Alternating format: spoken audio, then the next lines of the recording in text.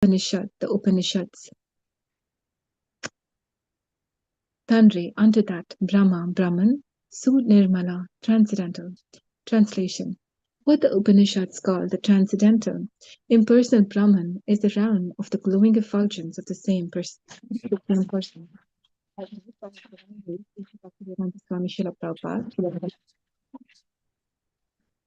Three mantras of the Mukunda Upanishads 2.2.911 gives information regarding the bodily effulgence of the Supreme Personality of Godhead.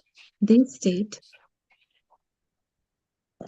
Hiranmayim Parikoshi Virajam Brahma Nishkalam Rakchuram Jyotisham Jyotis Tadyad Atma Vidu Viduha Na Tatra Suryo Bhati Na Chandra Tarakam Nema Vidyuto Bhanti Kuto Yam Agnihi Tam Eva Batham Anubhati Sarvam Tasya Bhasha Sarvam Idham Vibhati Brahmai Vedham Amritam Purastad Brahmam Paschad Brahma Dakshinathas Chotatharane Adas Chodvam Cha Prashitam Brahmai Vedham Vishwam Idham Varishtham. This is actually from the Mukunda Upanishad, so the meter is a little different. In this spiritual realm, Mataji, you don't have a screen on the display, so we can. I'm actually reading from my laptop. If anybody would like to just share the verse from the Veda on the internet, that'll be really then I can go on my phone and see it. Yeah, that's okay. Yeah, you know the verse, right? It's verse number 12, chapter 2, Adi Lila, which is a very small verse. It's just a very small one. In the spiritual realm, beyond the material covering, is the unlimited Brahman effulgence, which is free from the material contamination. That effulgent white light is understood by transcendentalists to be the light of all lights. In that realm, there is no need of sunshine, moonshine, fire, or electricity for illumination. Indeed, whatever illumination appears in the material world is only a reflection of that supreme illumination. That Brahman is in front and in back, in the north, south, east, and west, and also overhead and below. In other words, that supreme Brahman effulgence spreads throughout both the material and the spiritual skies. This is Srila Prabhupada's word for this particular verse. We can get started. So in this particular chapter, in chapter 2, Krishnadas Kaviraj Goswami Maharaj, he is establishing that Sri Chaitanya Mahaprabhu is the Supreme Personality of Godhead. And Bhagavan means he has Satchit Ananda, all the three features. Here, we are talking about the aspect of Brahman effulgence of the Lord. This represents the Sat feature, which is eternity. So this is the aspect that is being covered in this verse. And the next two verses subsequently is going to cover the Paramatma feature, which is nothing but the knowledge feature. Paramatma is all-knowing. He's in the heart and he knows everything. And that is the aspect which is being covered in the next verse. And the third verse, it establishes very purely and very strongly, shastrically, that he is the Bhagavan. That means he is the Supreme Personality of Godhead. He's a person, the personal aspect of the Ananda part of the Satchit Ananda, which emphasizes the Supreme Absolute Truth, is a person, is established in the third verse following this. That means verse number 14.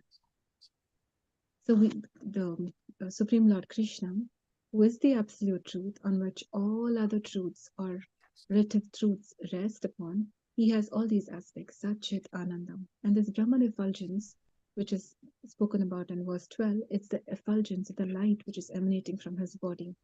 In fact, the light which is emanating from Krishna's body, it illuminates all other planets.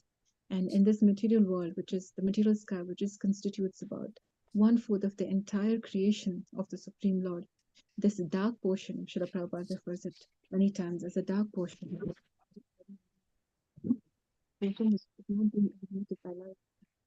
Even this gets the light or its radiance from Krishna's effulgence.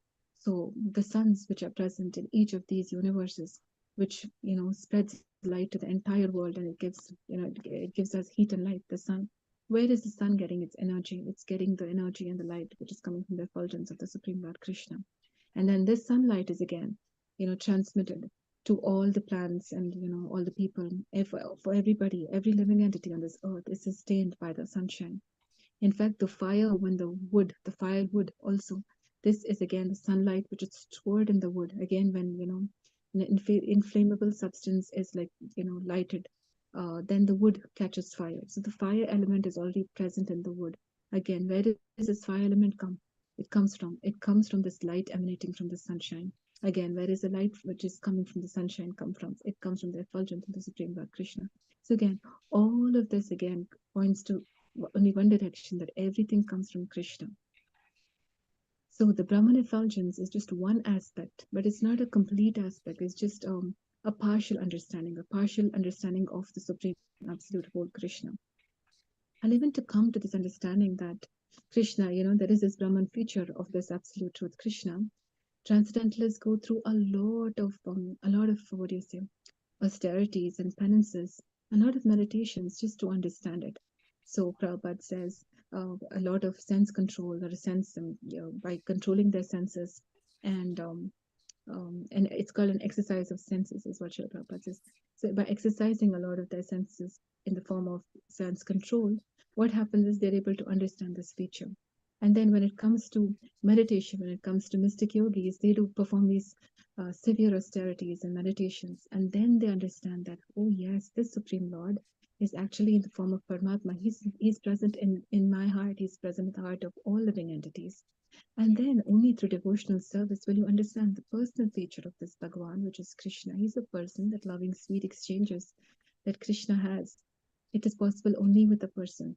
And we need to understand that he is the chief living entities, is Krishna, and we are just what do you say? We are also living entities, but we are not the chiefs. We are like the servant living entities. We are there meant for his service. So this relationship between the chief living entity and all of us, it is loving devotional service. And only then when a person is engaged in devotional service will they understand this personal aspect of the Lord. And Prabhupada very nicely says, learned transcendentalists call this non-dual substance of Brahman. Non-dual substance of here refers to the absolute truth, Krishna. They call it as three aspects. One is Brahman, one is Paramatma, and the other one is Bhagavan. Vedanta Tattva Vedas, Tattvam Jnanam Advayam Brahmeti Paramaneti Bhagavaniti Shabdate.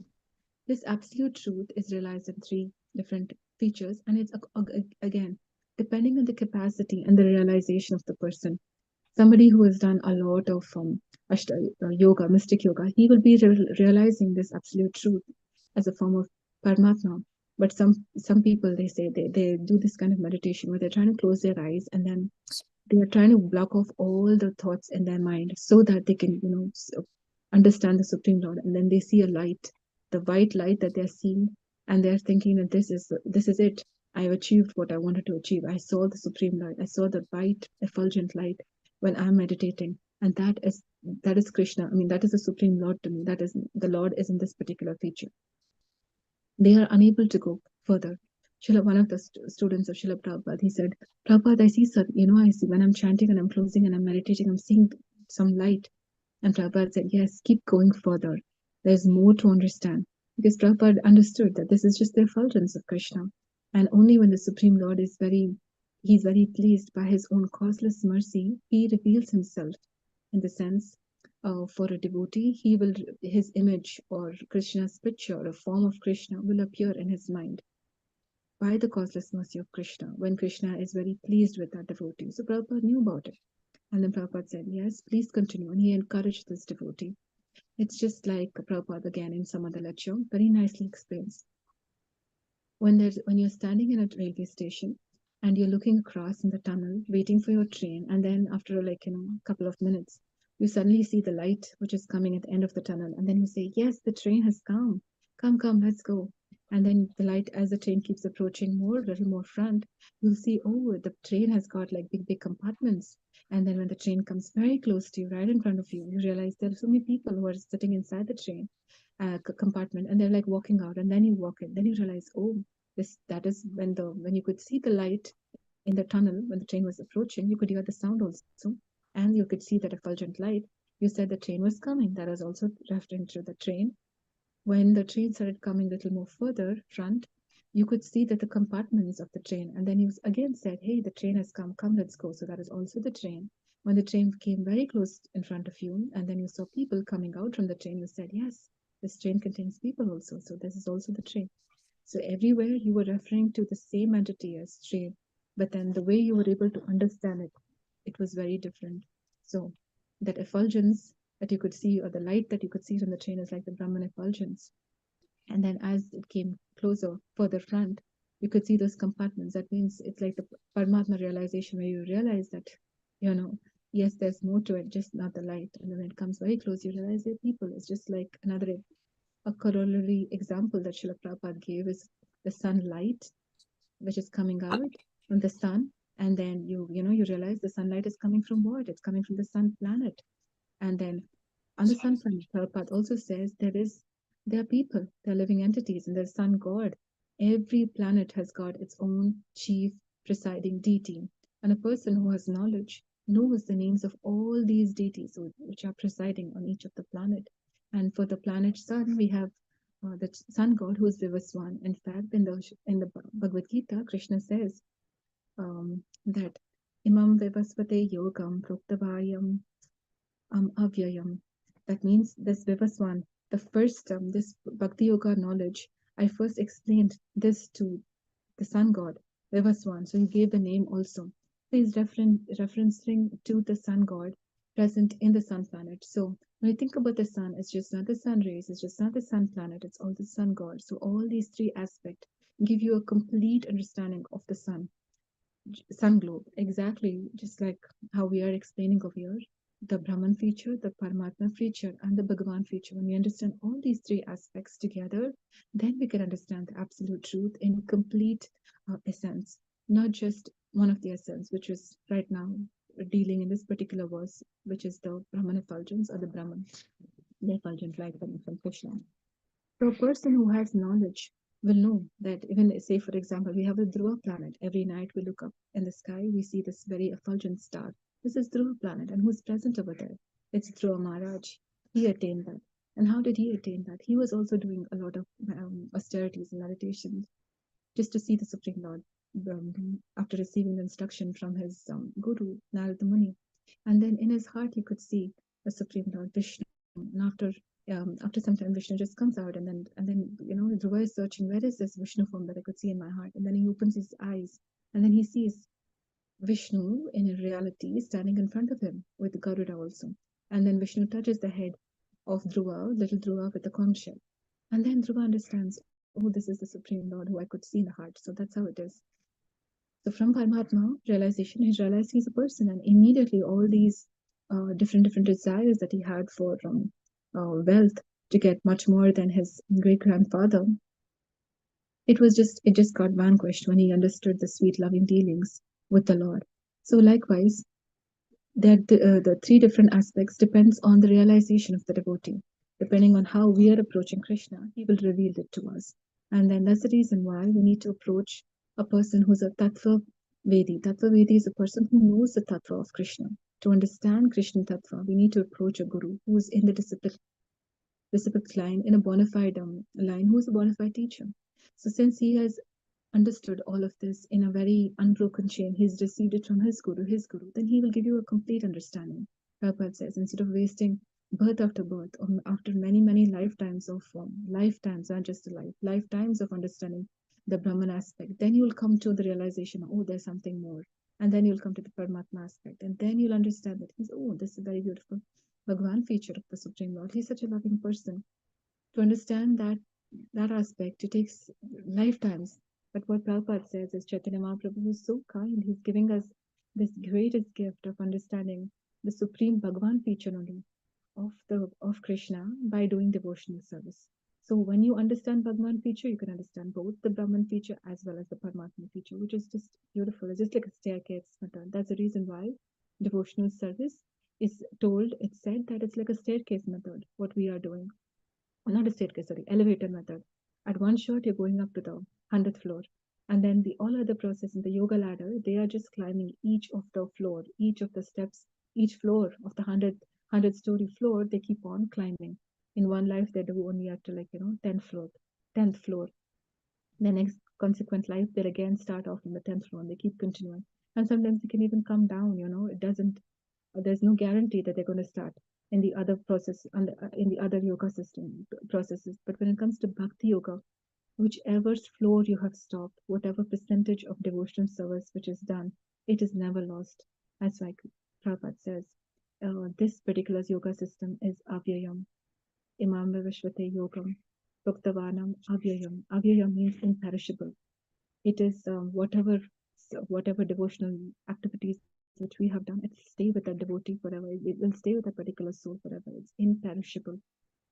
So that's the reason why it's better to take to the Bhakti Yoga system. And Prabhupada also says, we are not giving just the knowledge about the Brahman feature and then stopping. We are giving you Bhagavan feature, because when you understand Bhagavan, this is already taken care of. So why should we just give you only the Bhagavan effulgence feature of the Supreme Lord and just teach you that? We'll teach you the highest. When you understand the highest, everything which is there, the subsets of that highest will also be covered. It's just like maths. If you understand the top and the complete set, the subsets are already covered in the complete set. That's exactly how it is. And meeting Krishna is the ultimate goal and ultimate progress. And then this doesn't happen to everybody, like Bhagavad Gita says. Vanam janmanam ante gyanavan mam prapadyate vasudevam sarvamati sa mahatma sa durlabha. So for a person, only a mahatma, only a person who's very, very elevated, a great soul, he will understand after that too many lifetimes that Vasudevam is everything. It is Krishna. The personal aspect of Krishna, it takes lifetimes, and it's very, very rare. It doesn't happen. And then such a person, Krishna refers to, he's a Mahatma, a great person, great devotee. And that's why we see there are lots of people, but not everybody takes to Krishna consciousness. The reason is because there are everybody is undergoing evolution in their own spiritual consciousness, and then for every action that is done, there is a subsequent reaction also. Sometimes the karma has got its own negative reactions or the sinful reactions, and then sometimes offenses, and all of the sinful reactions has to be nullified. Only when it gets nullified will the person have the determination to come to the process of bhakti and then continue in bhakti and progress. Without having all these sinful reactions nullified, it's very difficult to take up to the process of bhakti. In fact, when we go on Harinam and chant on the roads and then give out prasadam, many people accept it. So some bhakti mukhi sukriti is happening, and one point they will pick it up. So like that, Nityananda's Prabhupada says he's so sweet that he's just opening the door and then flooding everybody, especially in Kali Yuga, to just chant. And this is the best way to understand the self, or take to the process of self-realization. He's just opening the door, but not everybody stays. That's because of their central reactions. If at all, bhakti is not done with tivrate, that means with sincerity and determination and intensity and focus, it is very difficult to continue, because the person can easily come, but then it can easily be taken off or eliminated too in the process of bhakti. So one should be very careful. Prabhupada says, very careful and attentively a person should do bhakti yoga. Again, otherwise it will be like a person falls, it's going to be like many lifetimes of gap before you again pick it up. Of course, you'll pick it up. If you've done 30%, again, after many lifetimes, you'll again pick it up. Or what do you say, at 30% itself. But then why should you make that gap? So we should not make that gap. So basically, the more we understand Shastras, it'll make us understand how fortunate we are to be part of Chaitanya Mahaprabhu's movement, how fortunate we are to understand and chant to be able to given this chance to chant the Mahamantra, to be able to associate with devotees and to read these beautiful scriptures. The more we understand the value of something, then we will take on to it we will practice it with more sincerity, and then there's more focus, and then even if there are distractions, we will not give in to it. We will do what is really important to us. Why? Because we have heard it. So that's the reason why. The more we hear and read Shastra, the more we hear from pure devotees, that will sharpen our intelligence. So Prabhupada says, after many, many lifetimes, only the person will get to understand that Vasudevam is everything. Krishna is so wonderful. And then, as I said previously, Sachit Ananda, the feature of the absolute truth, is present, and this Brahman feature is only the eternality feature. He is eternal. Krishna is eternal. And Krishna has got complete knowledge. He knows the past, present, future. He knows everything. He's present in everybody's heart as Paramatma. He knows what actions they're doing, what is their intentions, why they want to do, what is their motivation. Everything Krishna is watching. And then, of course, the most beautiful part is the Anandamaya part, which is it's full of bliss. He's full of bliss. Krishna is Anandamayo Yasat. So Krishna is very jolly. He's full of bliss. We can see that in different examples also. Even in the battlefield, when Arjuna is like so worried, and then he's so perplexed. We see the reaction of Krishna. Krishna is just giving us slight smile, and then he explains everything to Arjuna. You never see Krishna like crying or like he's like bewildered. And even in some pastimes where he's like searching for Radharani, and then yes, he's feeling very bad. That is transcendental joy. He's not; those tears are it's bliss. Like say Rama is like Lord Ram is crying for Sita and separation. That is a different aspect. It comes under the Karuna rasa. Krishna is Akhila Rasamrita Sindhu. He is an amalgamation of all the rasas. So each of us, the soul, we have a particular kind of rasa with the Supreme Lord. So Lord Rama is an incarnation for the rasa of Karuna. Karuna means um, uh, having a lot of compassion. So that rasa is what he's experiencing. So it's not like he's crying. The Supreme Lord is always happy. He's so happy that tears comes out. So that's how the what do you say? Our acharyas explain about it. So he is just always happy. And then, in fact, there's this particular example where Srila Prabhupada, one of the disciples, had come to India. And then he went to all the different temples. And then he comes to Srila Prabhupada and says, now I know Krishna is the Supreme Personality of Godhead. And then he says it with so much conviction. And Prabhupada is like, really? Why do you say that? What makes you say this with so much conviction? And then this person says, I went to all the temples, there's so many demigods. And then every demigod I saw, he or she had some weapons in their hand. And then only when I saw these Krishna temples, Krishna was playing a flute. If he is God, he should just be enjoying and playing.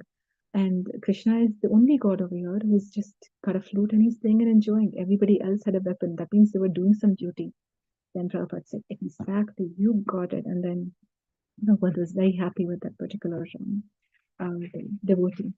So we can see here, yes, Krishna means, in fact, this recently also during this book distribution, there was this Christian lady, she had the same question. She said, you say Krishna is God? I said, yes. And then she said, if he's God, why should he go? Why should he come here? And then, involve in any fighting and killing the demons. Why should he do that? He is God. He can just send somebody else to do the work, right? Why should he come? So it's not like, and then Krishna also says in the Bhagavad Gita, I'm not revealed to everybody. Somebody who does not, who's not very advanced, will not understand who I am because I come in my 200 form. It just bewilders them, and I want to bewilder them because they want to be bewildered, and I will bewilder them. So Apajamanati Mamuda Manusham, when I come in the Manusham form, right, they will be bewildered and they cannot understand. That's why we need a Tattvavid.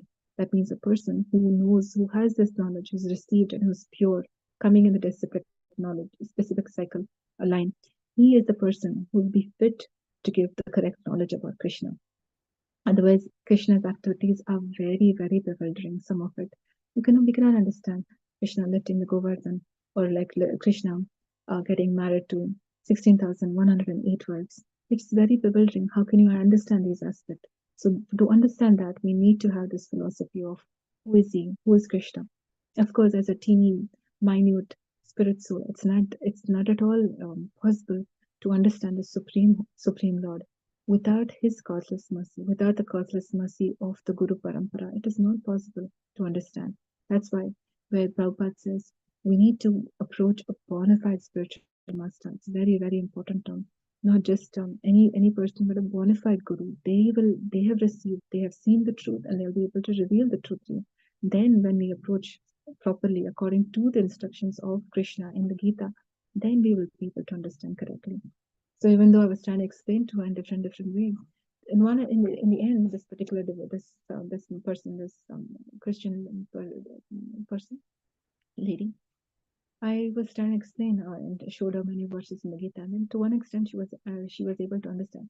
But I thought this is how people are thinking outside. They don't have the knowledge, and some people they refuse the books. They don't want to read the shastras. Then whatever little they get from the television, whatever little they get from seeing some paintings, they draw their own conclusions. And that's how the world is. That's how the world is going. And that's how Prabhupada says, try to give, and then he presented the Gita also as it is. So the more there is no adulteration in the pure message of Krishna, it has a purity. That purity has a force. It has the beauty of like actually convincing anybody's heart. That's the power that Prabhupada had, and that's the reason why there's so many versions of the Gita today. But then all of us know that Bhagavad Gita as it is, more than 5.5 million copies are like what do you say, distributed around the world. And today, I'm sure by now this year it's much more. So this is how it is. Why? Because of purity of the message, without adulteration. Prabhupada was presenting this message. That's why his Bhagavad Gita as it is like going out. So again, when we understand Prabhupada's message purely of how he's trying to present over here, the absolute truth, it's got three aspects, three features we can understand. And when you understand the Bhagwan feature, then all the other two, which is the Brahman and Paramatma feature, can be easily understood. And then one more thing is like the most important aspect of understanding even this Bhagwan feature is Bhaktya Mam Abhijanati. So the yogi or any devotee can understand Krishna only by devotional service. Krishna says, only by devotional service can I be approached and understood as I am. And again, it's a causeless mercy of the Lord. It's a causeless mercy of the devotee. We need both the mercies. We need the mercy of both the devotee as well as the Lord. Only then we will be able to have the eligibility to perform devotional service and also understand Him. So causeless mercy comes when we are trying our best to serve the Lord. That's also very important. And yogis also, they are like performing a lot of meditation after many years. Like say how Dhruva also did. You see in the third canto, Caitanya Muni also was doing meditation. In the end, after giving birth to the 9 daughters, and then the last one is Kapila Dev, who is the son incarnation of the Supreme Lord Himself. He just leaves everything and then he continues his process of performing meditation, because in that particular yoga, the process of attaining self-realization was meditation, and he was just performing his meditation. And then you can see in the end, he says he was not seeing any differences between different people, because he could see the Paramatma in their heart. Like the Paramatma is residing in each person's heart. He had no hatred or dvesha towards anybody. He had no desire. So in that state, a person can perform pure devotional service. And that's exactly the state Caitanya Muni was experiencing. And in the end, he went back to Godhead. So different personalities in the Gita, in the Bhagavatam, we can see how this process of how they were understanding the Bhagwan aspect, how they were understanding the Paramatma aspect, and how they were understanding the Brahman aspect. They all understood differently, but then ultimately, when they had to go back to Godhead, they had to understand that Krishna is the Supreme Personality of Godhead. He is the person. Only when we understand this personal aspect will we get the eligibility to attain, to go back to the Lord. That means we would have attained prema or love for the Supreme Lord in different rasa, whatever rasa the person is situated in. In that rasa, when you attained love for the Supreme Lord in that rasa, then you will get the eligibility to go back. But by just understanding the Brahman feature, what happens? The person just gets sahujya mukti. Mukti means liberation. He just becomes one with the Supreme Lord. One means he's that spirit soul. He'll just become one with that effulgence which is emanating from the Lord. And then he'll just continue to be in this susukti state. That means he's not feeling, he doesn't feel anything in that state. There's no chance of any service in that particular state. So how long can a person who is Sachidan, because we are also Sachidananda, because we are part and parcel of the Supreme Lord. Bishop Upanishad also says that, right? we are also part and parcel of the supreme whole, and that whole is like creating so many emanations, which is also complete, and by itself it's able to replicate. So we are also Sachidananda, but we are very minute, and Krishna is immense. He is like he's gigantic in comparison. There's no comparison in like the size or the quantity, but in quality we are the same. So how can when somebody undergoes this sahajya mukti, wherein there is what is emerging into this effulgence, how long will that soul just continue to be in this susukti or like unconscious state? There's no without any service. It cannot be there. It'll be agitated. The soul gets agitated, and ultimately again they'll fall back. They'll fall back where they want to again come back to the earth, and then again there'll be so much of philanthropy or like opening of hospitals and these kind of activities, and then that everybody wants to do some service. Service is very innate to the spirit soul. We are meant to serve the Supreme Lord Krishna. So just by becoming one with that effulgence, the Brahman effulgence, there's no happiness. And then definitely they'll be falling down. And especially for Gaudiya Vaishnavas or devotees who are Vaishnavas, nobody likes this liberation where you become one with the Lord. We always want service to the Lord. So this Sahajam liberation or mukti is very much looked down upon by devotees or Vaishnavas because there's no service. And Prabhupada says there might be a chance where, Narada or some pure devotees can actually give this knowledge to those souls in that Brahman effulgence and then maybe elevate them from there to, perhaps Paramatma realization. Very, very difficult.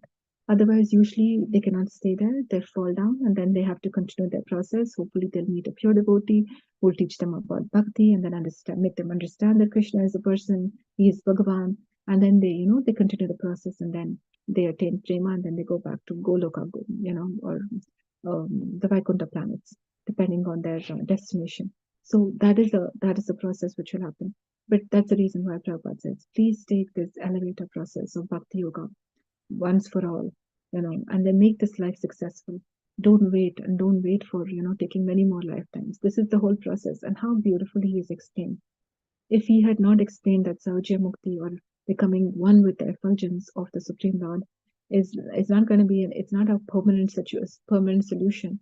If he had not told like this and he had given us these kind of clear explanation, I think many people, many devotees, or like many souls, will continue to think that this is perfect, but it is not. So again, we are very, very grateful for the pure knowledge that Srila Prabhupada is giving. Without that, it's going to be difficult. Again, now when we think about service to the Supreme Lord, all this service starts with chanting.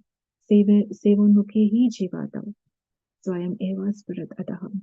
So by chanting, by this service attitude, by chanting the Krishna's holy name without any offensive, then Krishna reveals himself toward the sincere devotee.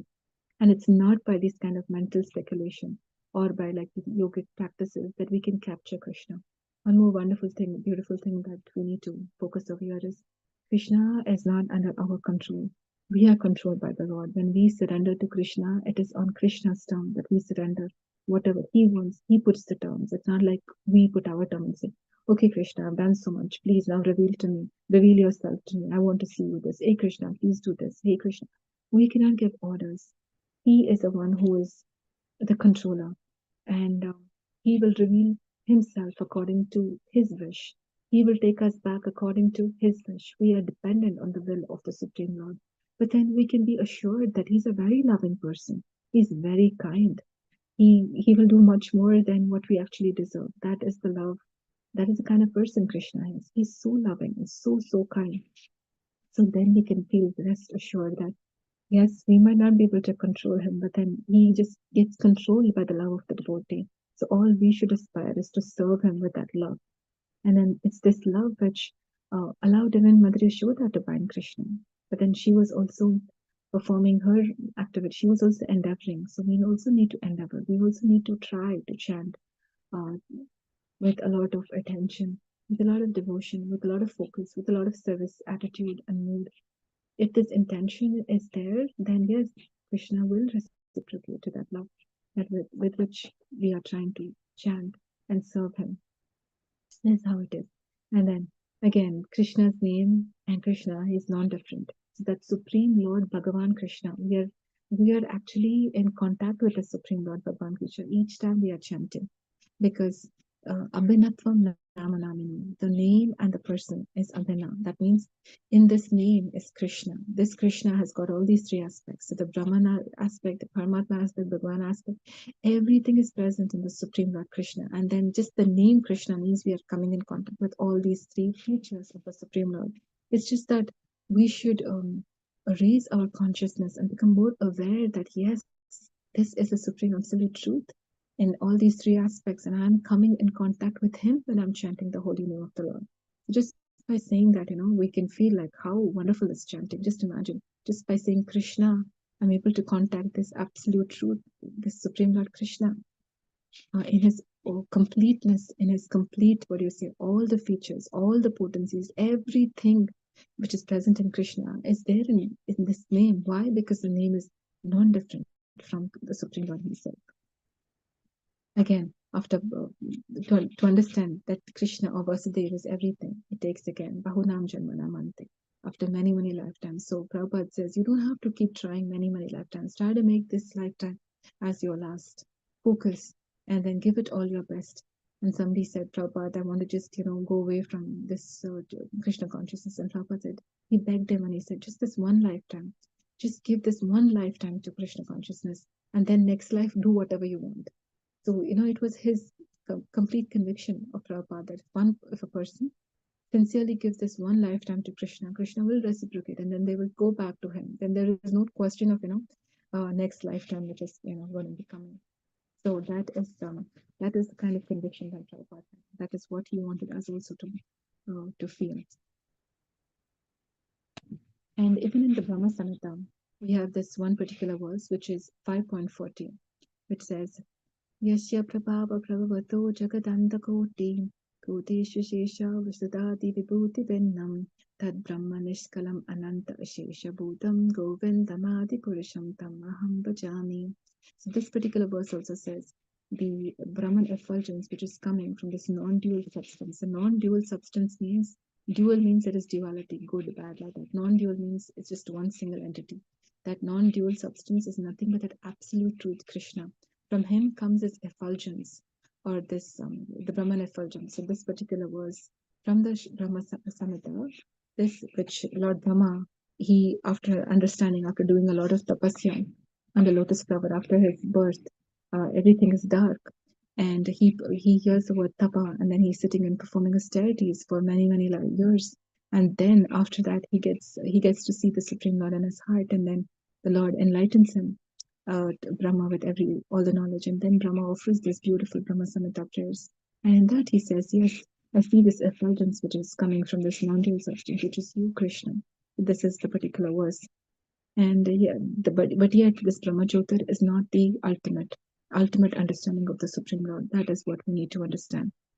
And when we even speak to somebody who says Brahman is everything, and this is Brahman, God means light, God does not have any form, why do you want to give a form to the Lord? Why do you want to give a name to the Lord? He's so great. Why do you want to bind him with just giving him a name or giving him a particular shape?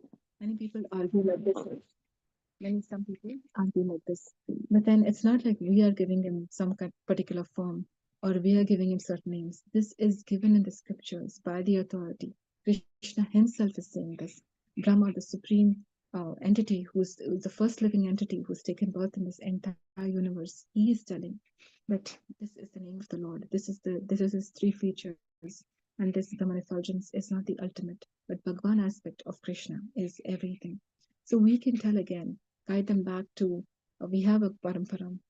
So in the parampara system, the knowledge has been disseminated from guru to shishya, and then this has come, and and the line goes back to Krishna himself. So this is the place, the root of our knowledge or whatever we are practicing. This is from that root, the supreme truth, the supreme Krishna. He is the root of all this knowledge, and whatever we know about him is coming from him only. And that is the reason why we are very convinced that yes, Krishna is the Supreme Lord. This is his name. This is how he looks. Because Shastra reveals everything. For everything we have Guru Sadhu Shastra. And then amongst Guru Sadhu Shastra also, Even Guru refers to Shastra, and Sadhu also is referring to Shastra. So Shastra is so important to understanding for everything. So understanding Shastra in the correct manner, in the correct way, from the correct person is also extremely, extremely important, because everything rests on the Shastra, the knowledge of the Shastra. Then Krishna says, and even in the Gita he says, Aham sarvasya prabhavo mata sarvam pravartate, one of the Chaturshloki verses, which says everything is coming from me. That means all these planets are like all the planets which are coming, or all the universe which is coming, even this Brahman effulgence, all of this is again resting. He says this, Brahmoham Pratishtam. That means even this Brahman effulgence, I am the basis of it. So again and again, Krishna says, I'm the basis of everything which is existing. So again, if somebody says, oh, this is just, how can you say that Brahman is existent on Krishna and Krishna is not existent on Brahma? So this is it, where it says, Ham Sarvasya Prabhavaha, everything is emanating from me. The very word when he says the pronoun me means Krishna. So from Krishna comes Brahman. It's not like the other way. So this way we can refute any arguments or any doubts which other people can raise with us when we are trying to, do distribution or like preaching or any conversation that we're even having. So this way we can understand Krishna and his beautiful three aspects. All the propensities that is present in Krishna, or that we have as living entities, is also present in the Supreme Lord. Again, why? Because everything emanates from him. So this way, when we keep on drilling it down and more, we realize how the Krishna is the absolute truth. Everything else is relative. Everything else rests upon that. And then with this, the last thing I would like to say is how Prabodhananda Saraswati Thakur, he has written this beautiful Vrindavan Mahatmya. He talks about the glories of staying in Vrindavan Dham. Very wonderful personality in our disciplic line. He says, if somehow or the other, if we can draw our attention to Krishna, right, then one's person's life becomes very much successful. But how can we draw this attention? From Krishna, so that, to make our life successful, it is again by just serving Krishna. Bhaktya Mama Vijanati. It's only by devotional service can we draw his attention. And when we get the attention, and how do we, and what service do? We just follow the instructions of the spiritual master. And like Vishwanath Chakravarti Thakur says,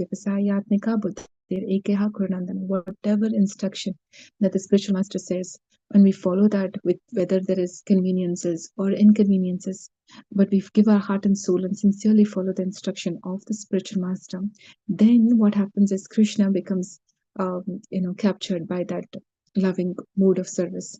Then what happens? The person's life is successful.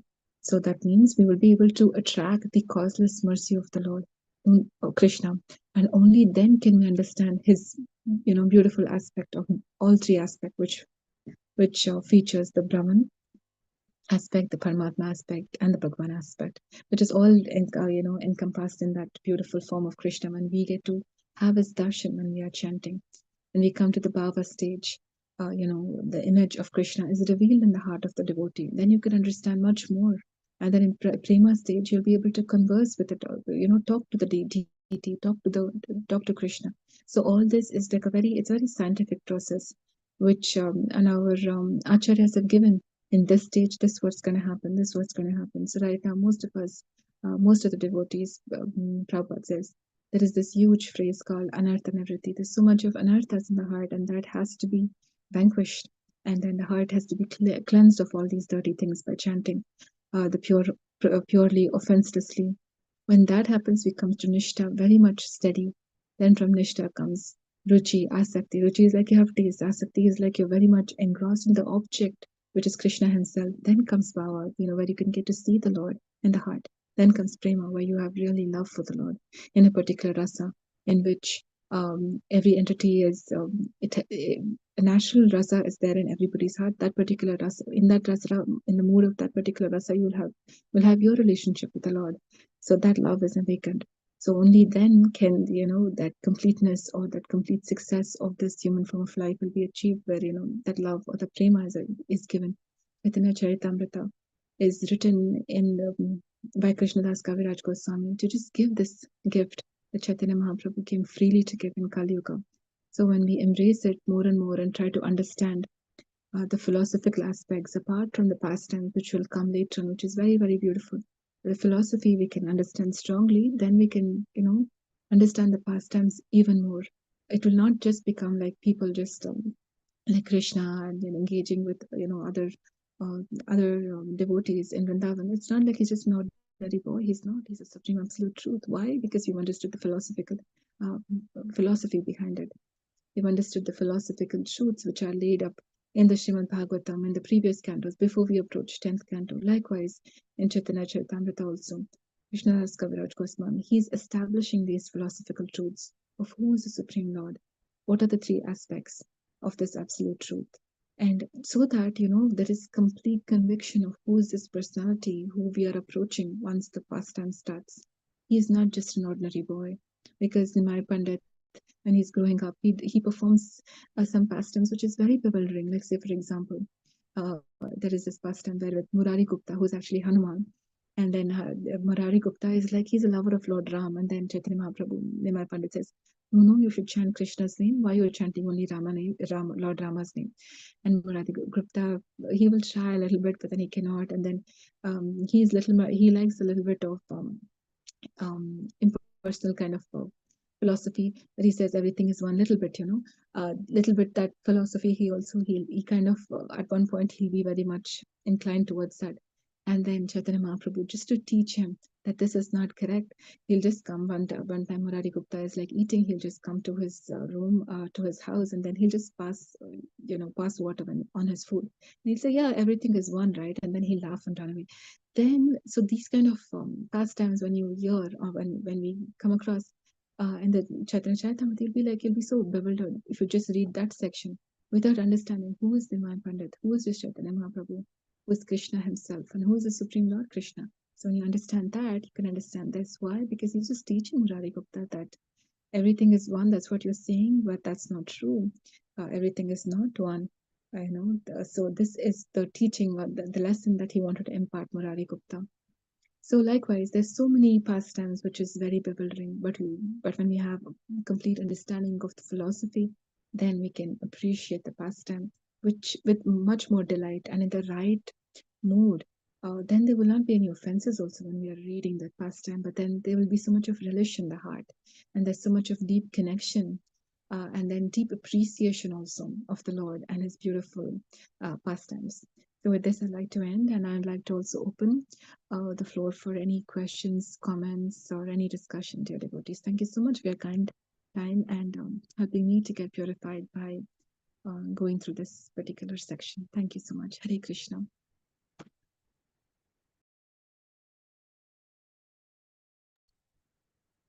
Hare Krishna Mataji, Dandavat Pranam. Nice class. I have one question regarding you explain about Brahman, Paramatma and Bhagwan stage. Now, for my own progress, I want to know that I'm doing a chanting, and then I'm getting into Anartha Nivruti or Namaprada stage, I get it. So I will be going through all the stages, Brahman stage, Paramatma stage, Bhagwan stage, or do we directly go to Bhagwan stage? No, the very fact, and I know nice it's a long way question. to go for me, but I just curious to know what happens. And thank you, Antaji, for this very nice question. That means you're really thinking about it when I was explaining. So that's so sweet. Yes, very nice question. As soon as we take to this process of chanting or devotional service, you are coming in contact with the supreme absolute truth in his Bhagavan feature, not in the feature of the Brahman and Paramatma. That feature, you're not approaching him. You're approaching him in his complete feature of Bhagavan, which includes both of it. So when we are chanting, we are thinking about Krishna, and he's a person. That's the aspect with which you are approaching the Lord. So you are not going to be realizing him in different aspects. Like how I said, you're not doing the staircase method. You're directly taking the elevator, which will take you back to Goloka. So the more you chant, the more your heart gets cleansed, and then more you become eligible to see the Supreme Lord. And every person, what do you say? Even though you are thinking you might see the light, then you might see him as a Paramatma, and then you might see him as a person. And one more thing is, it's not going to happen like that. You are approaching him as the Supreme Lord. And the other thing is, the way Krishna reveals to each devotee is according to the way he wishes, and then to reveal. You're getting it right. So the way he would like to reveal to you in different income, maybe some income you like him in a particular form.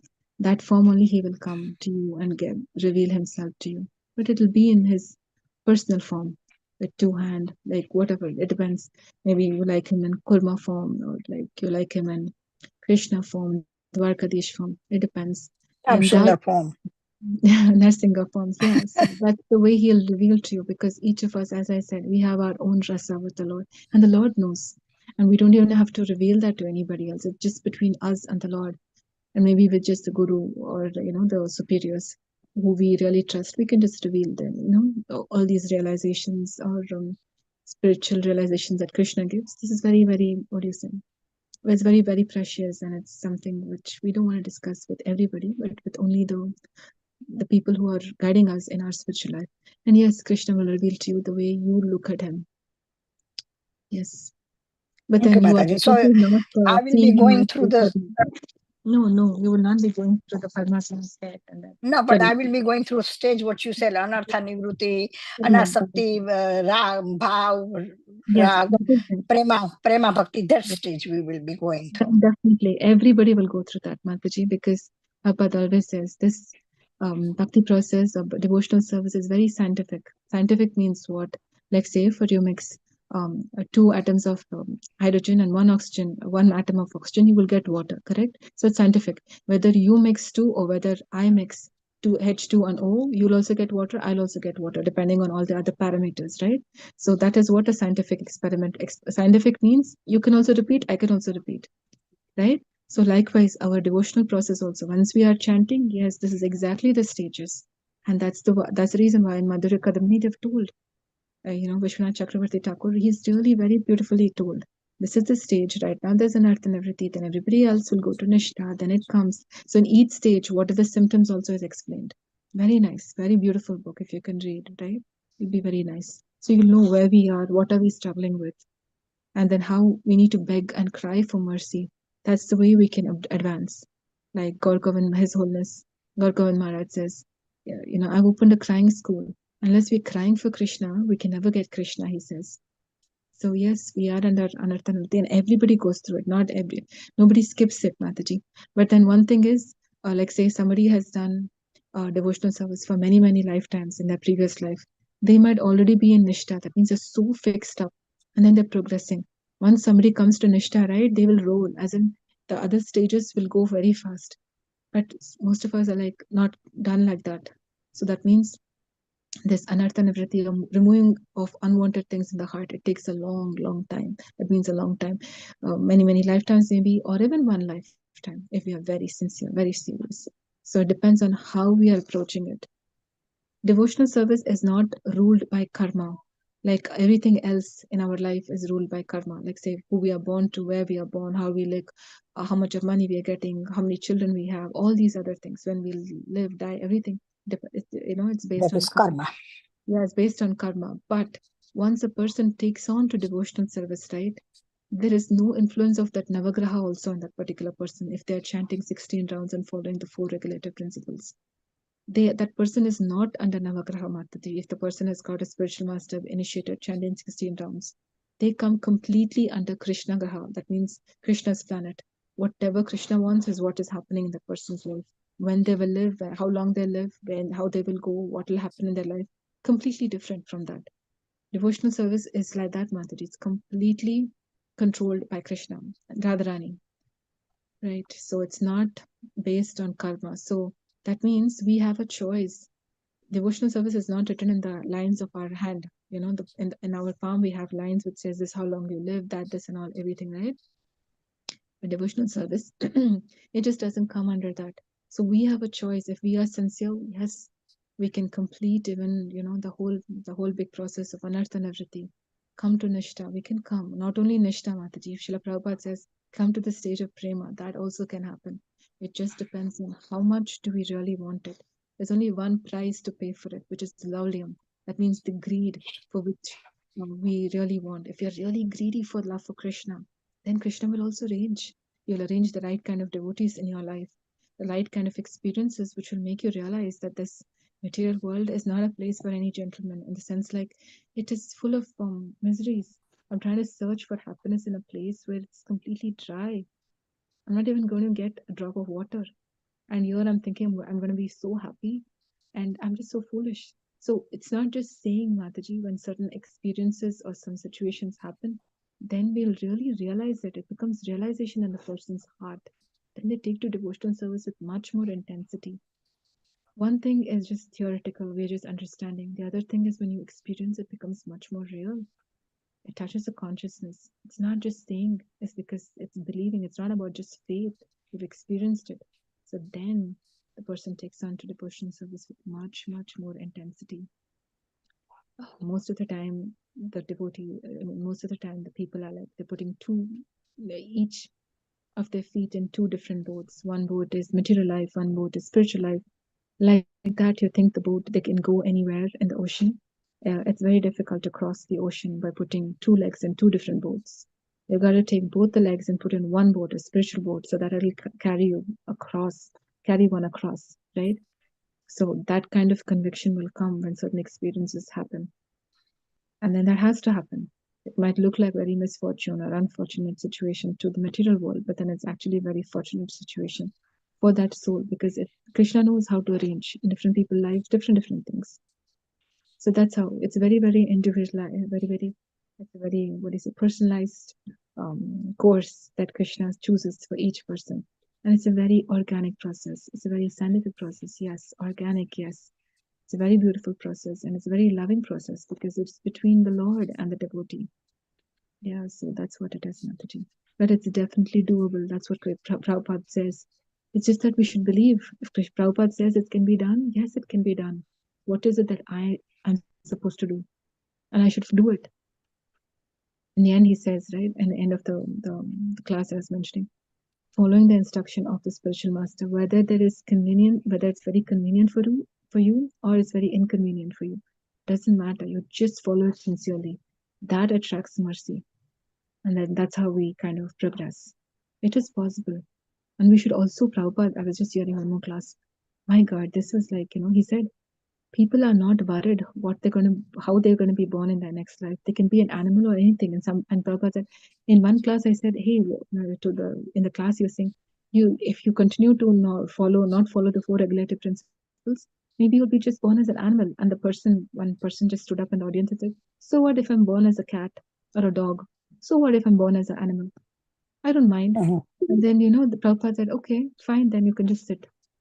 So then Prabhupada said in this particular class that I was hearing, he said, they are not even bothered whether even if they take birth as a dog or an animal, they come to such a state that they don't feel anything. Because currently the human life is also, most of the human beings, they're living a very animalistic life.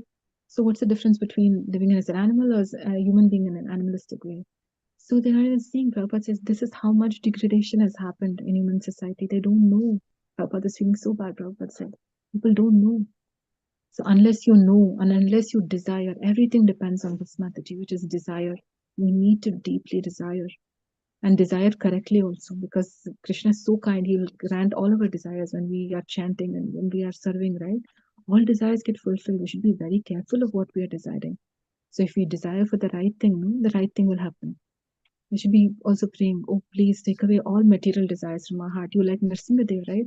Nrsimhadev with there's Vajranaka, Vajradamsa, Karmasa, and Rande, Tamogra, Sakrasa, Om Swaha. It says, like, with your sharp nails on Nrsimhadev, take away all material desires and fear from my heart and make it clean, a clean receptacle, a place for you to sit, so that you are my Lord, and then I can serve you with all my heart and soul. So we can offer this prayer before we chant. Take away all material desires and make me fearless when I'm chanting, O Krishna, O Nrsimhadeva. And then we can start chanting. So, think about material desires when you're chanting, because then that'll get manifested. If you want something, material thing, that'll come true, because when you chant, it's what is it, Chintamani. Everything, all desires get fulfilled. So if we are desiring wrong things, we might just lend out, Bhakti Tirtha Maharaj, I think with this I think I'm answering too much. Bhakti Tirtha Maharaj very nicely said, in one of the offerings, Vyasa Puja offerings to Srila Prabhupada, he said, "Oh Prabhupada, I feel very bad for all the services that we have done." And because he's telling in a very humble mood, it's not like this is what he is. He is pure devotee. He's gone back to Godhead. But he's just referring in that particular Vyasa Puja offering that Prabhupada, I feel very sad. All the devotional service that I've done is like it just might just land me up only in the heavenly planets to just enjoy over there in Swargaloka, and then I might just come back over here. Why? Because I have material desires. So that is how he was lamenting, being a pure devotee. He's just telling like that. Doing a lot of devotional service with having a lot of material desires, it's just going to land us up only in heavenly planets, where we get to enjoy for a certain amount of time whatever is the piety, sukriti that we have got, and then we're going to come back over here and then again pick up devotional service from the place that we stopped. So we don't want to take that millions of lifetimes of gap being in the Swargalokas and enjoying. We don't want that. If we want, we can do that. But if we don't want, then we become very serious and tell to Krishna, we don't want any material desires. Please guide us and help us. So that's how we can approach Mataji. Thank you, Mataji. Just need your blessing. I'm just a fallen soul, Mataji. I'm just a fallen soul. I'm just trying to share whatever I've heard. That's all. I need all your blessings, Mataji. Thank you. I think like this, that's 8:07. We can end, I guess. Simeshwar Prabhu is there, so that he can come, or otherwise ask for him. Hey Krishna. Yeah. Thank you so much, Mataji. Thank you so much. Unless there is any other comments, questions, or questions.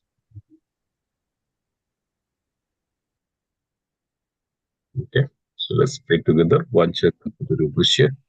Kripa Sindhubhyeva cha Patanam Pavanebhyo Vaishnavebhyo Namo Namo. Vaishnava Jai. Mera Shri Chaitanya Jai. Srila Prabhupada ki Jai. Jai. Gaura Premanande. Thank you so much, dear devotees, for your kind opportunity. Thank you. Hare Krishna. Hare Bol.